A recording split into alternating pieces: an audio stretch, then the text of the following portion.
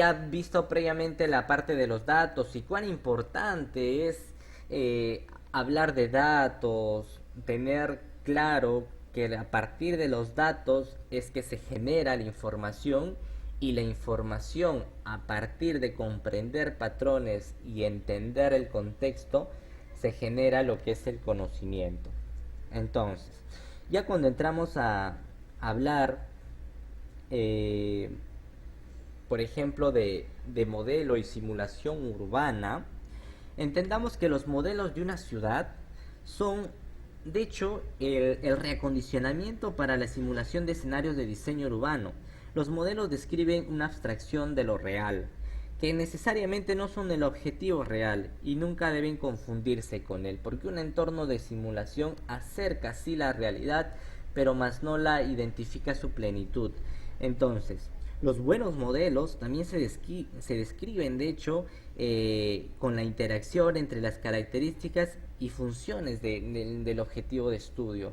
Por lo tanto, aquí en el slide se muestra, de hecho, la realidad que viven los limeños en cuanto a espacio de Perú, pero de hecho a nivel de Latinoamérica, a nivel cultural y social, no son extensas las diferencias en comportamientos.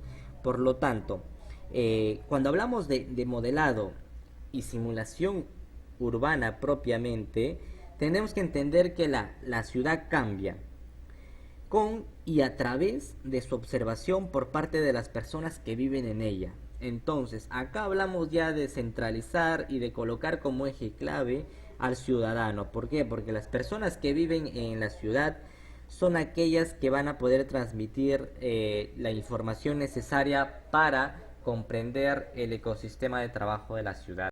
Por lo tanto, eh, cualquier, de hecho, observación que se tome a la ciudad eh, debe ser a través de su entendimiento por parte de las personas que viven en ella. Cualquier modelo de ciudad, especialmente de ciudad inteligente, debe respetar de hecho la dinámica y hábitat, sobre todo de la gente que vive en la ciudad. Tanto la búsqueda de la ciudad ideal como la virtualización de la ciudad física, lo que comentamos del entorno físico y virtual, están encaminados a incrementar la sostenibilidad y habitabilidad de una ciudad. Pero en realidad la situación es muy desafiante. Cuando hablamos de ciudad hablamos de un múltiple de factores incidentes sobre ella y es muy complejo. Por lo tanto, tenemos actualmente, hoy estamos restringidos pues a ciertas plantillas y hojas de cálculo que lo evidenciamos en muchos espacios públicos. Entonces, tenemos tan solo estas herramientas como únicos instrumentos. De hecho, como bien lo comenté, muchos municipios, estados, regiones han tenido un rápido crecimiento demográfico, migración y un gran número de hecho de refugiados que están luchando por proporcionar las infraestructuras adecuadas para las personas que fluyen hacia las ciudades. Por otro lado, la aparición de instrumentos que aprovechen el Big Data y el crecimiento de la capacidad tecnológica de la información para simular los sistemas complejos son un indicador de la demanda de los modelos de ciudad. Por lo tanto, cuando hablamos ya de un modelo de ciudad, lo asemejamos más a un entendimiento virtual basándonos en la data. De hecho, podrían este conjunto de instrucciones basados en los modelos podrían disminuir el desempeño general de la ciudad o impedir no impedir de hecho su alcance de objetivos. Por lo tanto, es necesario trabajar con modelos basados en data. Entonces, a medida que va creciente la creciente complejidad de las ciudades, de los asentamientos, centros urbanos, las ciudades se tornan más densas. Entonces es necesario tener un entendimiento virtual basándonos en la data. Y eso es lo interesante de este punto clave. Ya cuando hablamos de la parte de las limitaciones que tenemos en material y más libertad en el diseño, de hecho es impulsada por la abundancia temporal de la energía barata. En algunas partes del mundo se evidencia aún más esto, la expresión de hecho geométrica de la ciudad se ha convertido gradualmente en el resultado de los diversos valores y flujos que determinan su vida de la ciudad, mezclándose a veces de manera ordenada y otras desordenada, pero estas condiciones aparentemente caóticas de la geometría de la ciudad eh, ayudan a comprender más el espacio urbano.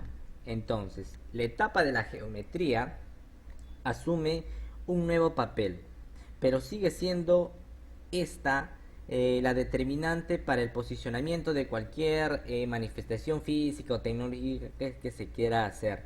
Los modelos de las ciudades, bueno, son modelos estructurales.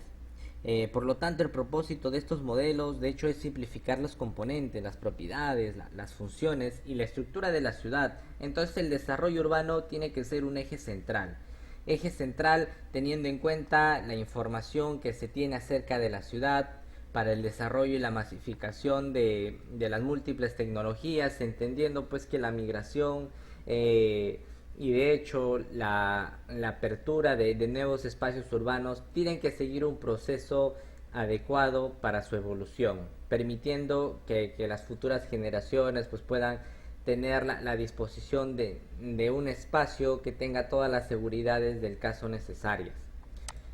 Entonces, eso es lo que plantea el espacio urbano simulado. Hay también ya las redes estructurales, por ejemplo, cuando hablamos ya de la parte fundamental que viene a ser las estructuras de transporte, por ejemplo, como pueden ser las estructuras viales, que son carreteras, las líneas férreas.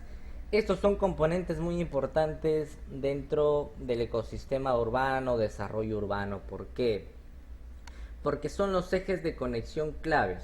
Entonces, una ciudad tiene que tener, de hecho, los modelos de infraestructura vial, comprendiendo y analizando a partir de la data que se tiene el flujo de actividad de los ciudadanos. Teniendo en cuenta esto, pues tú ya puedes dinamizar y evitar los llamados tráficos.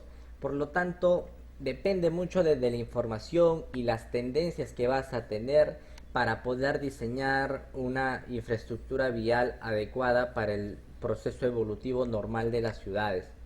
Por lo tanto, este se torna un eje muy desafiante porque de hecho se habla de interconexión, de verificar las mejores formas de transportarse de manera rápida y segura y viendo de acá a los próximos 20, 30, 50 años, dependiendo del caso de estudio y aproximación, cómo es que va a ser el comportamiento de la ciudad y en base a eso determinar las mejores estructuras viales.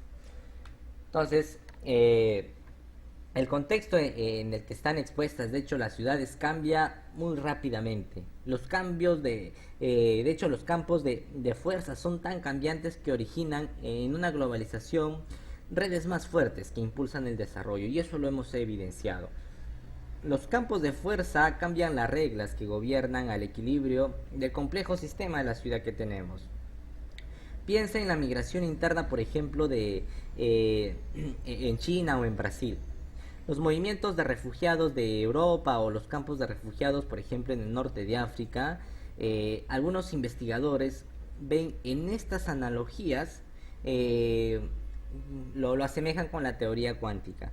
Y por tanto, con la ciudad cuántica, como proponen, de hecho, por ejemplo, autores como Leider o si no me equivoco, Seisser, asemejan este proceso y lo adecúan a un entendimiento más, por ejemplo, para un panorama cuántico. No es un ejemplo de las analogías que hoy se tiene actualmente y de hecho se recomienda este libro, verlo, leerlo para comprender más a través de las sinergias y de cómo la ciudad se torna tan cambiante y muchas veces no se puede predecir todo con exactitud porque son muchos parámetros para tener en cuenta.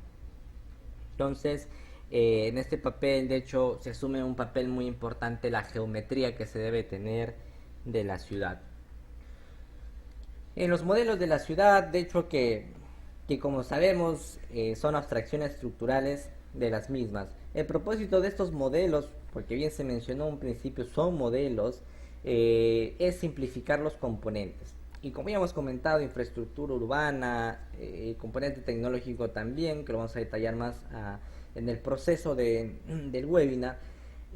Las propiedades, se trata de simplificar los componentes, las propiedades, las funciones y estructura de la ciudad, a una medida que las proyecciones sean a un futuro y los escenarios de diseño, como lo venimos comentando, sean posibles, pero que permitan la evolución y la escalabilidad a un futuro. Por lo tanto, es compleja la situación, pero es un panorama muy desafiante donde tienen que intervenir actores como el gobierno, la sociedad civil, sector público, privado, organizaciones o cualquier tipo de actor que sea necesaria su intervención en el proceso de diseño de un Smart City. Y como bien se menciona, bueno, pues la simulación es la limitación del funcionamiento, bueno, basado en un proceso, sistema del mundo real a lo largo del tiempo.